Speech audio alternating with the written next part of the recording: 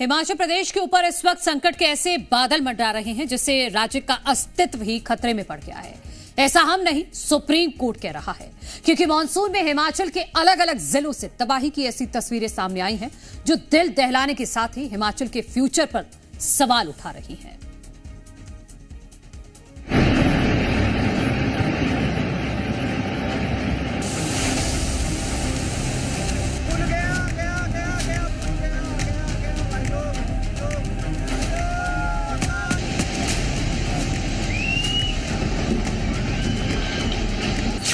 कुदरत हर साल मचा रही बड़ा घमासान। पानी पिछों आंदा। क्या मिट जाएगा हिमाचल का नामो निशान?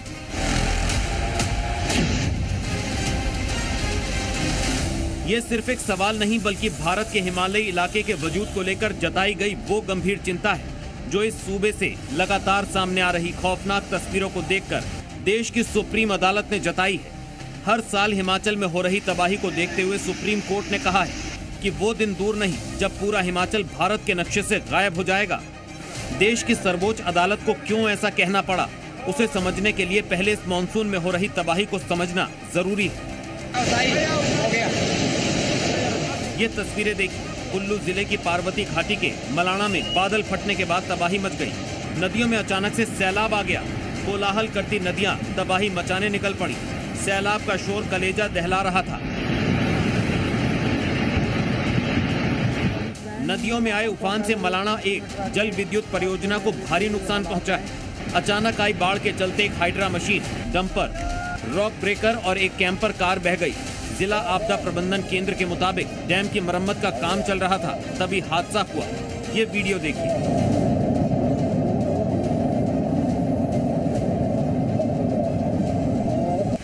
बादल फटने के बाद कुल्लू में तबाही की एक और वीडियो देखिए। भारी भरकम ट्रेन को सैलाब कैसे अपने साथ तिनके की तरह बहा ले गया।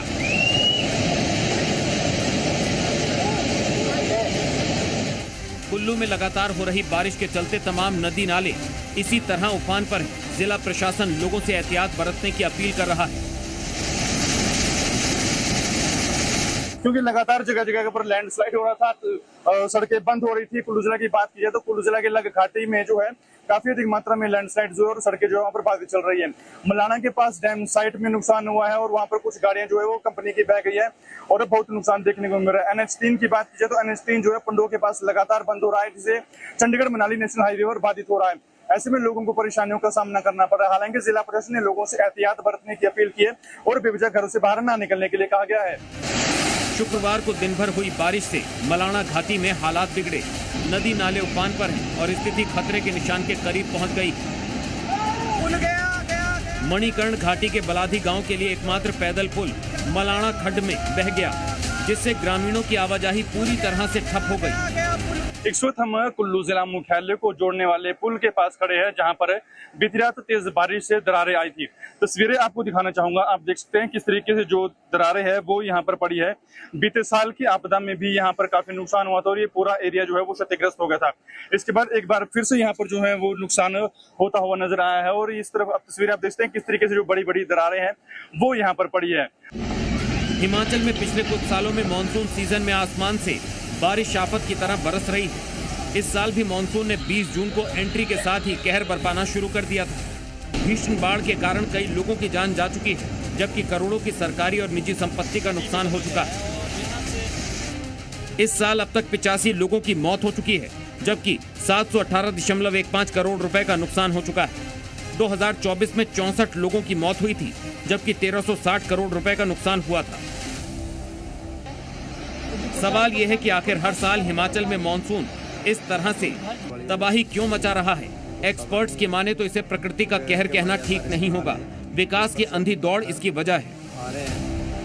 विकास जो हो रहा है, लोगों के भी जो है वो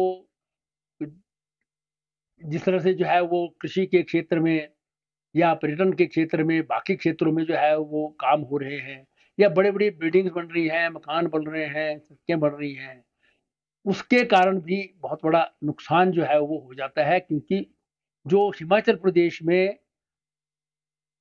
पेड़ पौधे थे वो सारे जो है कट रहे हैं। हिमाचल प्रदेश में बढ़ते जलवायु असंतुलन को लेकर सुप्रीम कोर्ट ने भी अब चिंता जताई। राज्य सरकार को सख्त चेतावनी देते हुए सुप्रीम अदालत ने कहा, अगर बेतरतीब विकास और पर्यावरण को नुकसान पहुंचाने वाली गतिविधियां नहीं रुकी तो एक दिन पूरा हिमाचल नक्शे से गायब हो सकता है। कोर्ट की सख्त टिप्पणी ऐसे समय में आई है जब हिमाचल में बदलते पर्यावरण को लेकर लगातार चिंता जताई जा रही है। विकास के नाम पर अंधाधुंध पेड़ काटे जा रहे हैं। कोर्ट ने कहा, प्रकृति को दोष देना गलत है। जियोलॉजिस्ट का, एक्सपर्ट्स का और लोकल पॉपुलेशन का सबका इनपुट होना चाहिए before any development project initiate हो, उसके पहले। तो ऑफ कोर्स जो भी हम कभी भी सरकार इस टाइप का कुछ करती है तो ये सब इनपुट्स लिए जाते हैं। बल्कि उन्होंने एक और इंटरेस्टिंग बात कही कि एक ही रिवर पे कई प्रोजेक्ट्स हैं, उसका एनवायरमेंटल इम्पैक्ट असेसमेंट भी करना चाहिए। हिमाचल में पहाड़ों का खिसकना, सड़कों पर लैंडस्लाइड, मकानों का गिरना और सड़कों का धंसना सब इंसानों की छेड़छाड़ का नतीजा है। यानी अगर इंसान प्रकृति के साथ छेड़छाड़ से बाज नहीं आया तो अभी हालात और भयावह हो सकते हैं। ब्यूरो रिपोर्ट, जी मीडिया।